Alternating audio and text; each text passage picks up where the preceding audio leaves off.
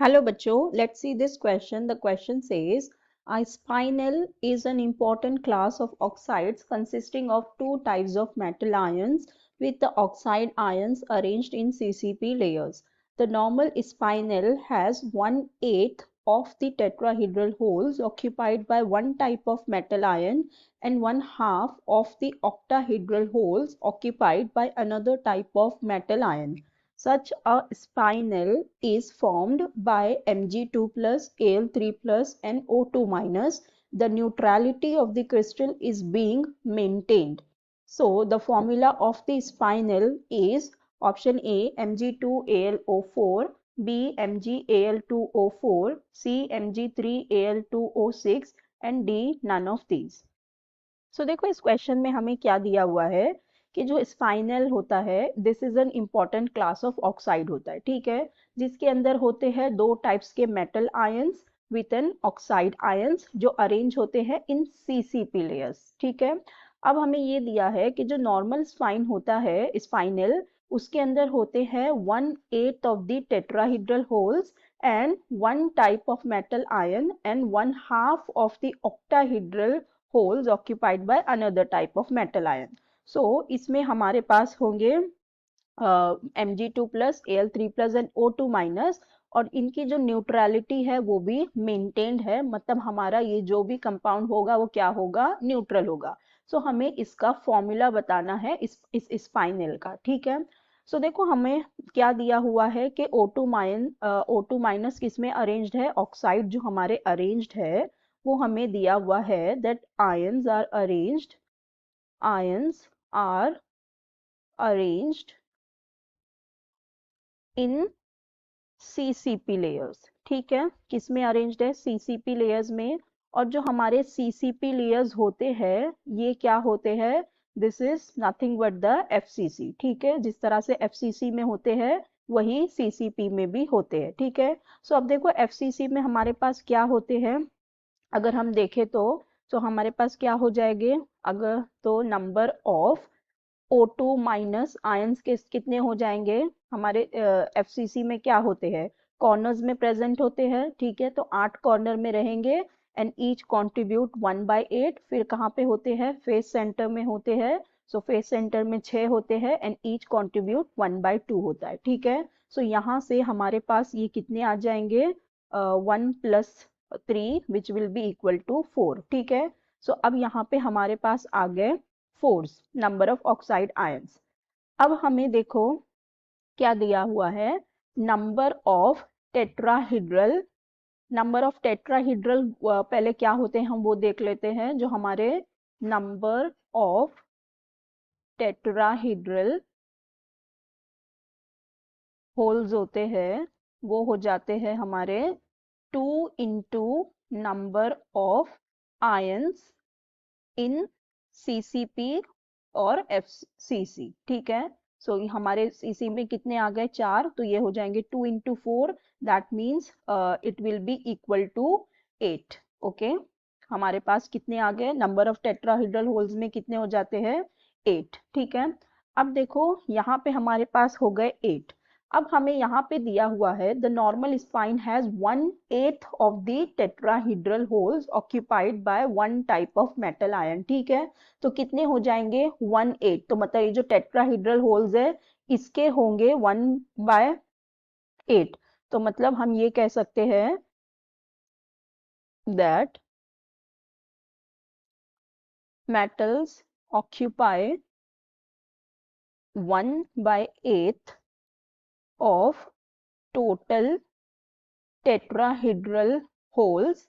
तो ये हमारे पास कितने हो जाएंगे, 1/8, और टेट्राहेड्रल होल्स में कितने हैं, 8, तो ये हो जाएंगे 1/8 × 8, तो यहाँ पे ये हो गए 1, ठीक है। अब हमारे पास ऑक्टाहेड्रल होल्स की बात कर लेते हैं, तो ये हमारे हो जाएंगे नंबर ऑफ ऑक्टाहेड्रल होल्स। जो ऑक्टाहेड्रल होल्स होते हैं, नंबर ऑफ ऑक्टाहेड्रल होल्स, ये होते हैं हमारे number of ions in CCP और FCC, ठीक है। सो हमारे पास number of ions in CCP कितने थे, 4 थे, तो ये किसके इक्वल हो जाएंगे, 4 के। अब देखो हमें यहाँ पे क्या दिया हुआ है, that 1/2 of the octahedral holes occupied by another type of metal, ठीक है, मतलब यहाँ पे कितना है, 1/2। सो हम यहाँ से ये कह सकते हैं जो दूसरा मेटल है हमारा, उसके लिए हम कहेंगे अदर मेटल्स ऑक्यूपाइंग, जो है 1/2 हाफ ऑफ octahedral होल्स, ये कितने हो जाएंगे, 1/2 इंटू 4। सो यहाँ से ये हो गए 2, ठीक है। अब देखो हमारे पास यहाँ पे ये कितने आ गए, नंबर ऑफ टेट्राहेड्रल होल्स हो गए, नंबर ऑफ ऑक्साइड आयंस कितने आ गए हमारे पास, 4, ठीक है। नंबर ऑफ ऑक्साइड आयंस हमारे पास 4 आ गए। सो ये हो गए हमारे पास 4 O2 माइनस। सो इसका मतलब अगर यहाँ पे 4 ऑक्साइड है, सो अगर हम चार्ज देखें, हमारा नेगेटिव चार्ज हमारे पास कितना आ गया, 8 आ गया, क्योंकि 4 है ना, तो 4 2 जा 8, तो हमारे पास नेगेटिव चार्ज 8 आ गया। और हमसे ये कहा गया है कि जो हमारा ये स्पाइनल है ये कैसा है, न्यूट्रल है। तो इसका मतलब जो हमारे पास पॉजिटिव चार्ज होना चाहिए वो भी कितना होना चाहिए, 8 ही होना चाहिए, ठीक है। और जो हमारे पास अदर और जो पॉजिटिव एटम्स हैं हमारे, वो कौन से हैं, एक है हमारे पास एल्यूमिनियम 3+ और एक है हमारे पास Mg2+, ठीक है। अब देखो, अब अगर हम ये देखें कि हमारे ये 8 है, हमें 8 करना है, ठीक है। तो 8 ये कैसे हो सकता है, अगर हम 2 एल्यूमिनियम को ले लें, ठीक है, अगर हम 2 एल्यूमिनियम को ले लें तो ये कितना हो जाएगा, चार्ज इसका हो जाएगा 2 3 जा 6, ठीक है, यहाँ पे 6+ चार्ज हो जाएंगे।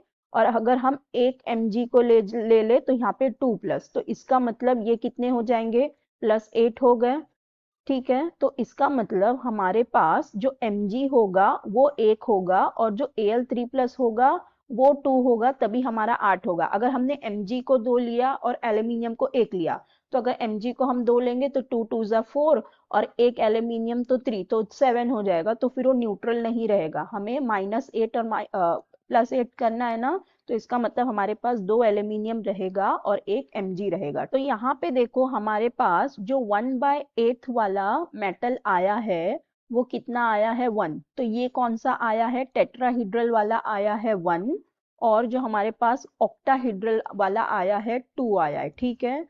सो मतलब एल्यूमिनियम हमारा 2 है, तो इसका मतलब जो हमारा एल्यूमिनियम होगा दिस विल ऑक्यूपाई ऑक्टाहीड्रल, ठीक है, ये क्या करेगा, ऑक्टाहीड्रल होल को ऑक्यूपाई करेगा। और जो हमारा मैग्नीशियम होगा, यहाँ पे 1 आया है, तो ये क्या होगा, ये टेट्राहीड्रल होल को ऑक्यूपाई करेगा, ठीक है, ये हो जाएगा टेट्राहीड्रल होल।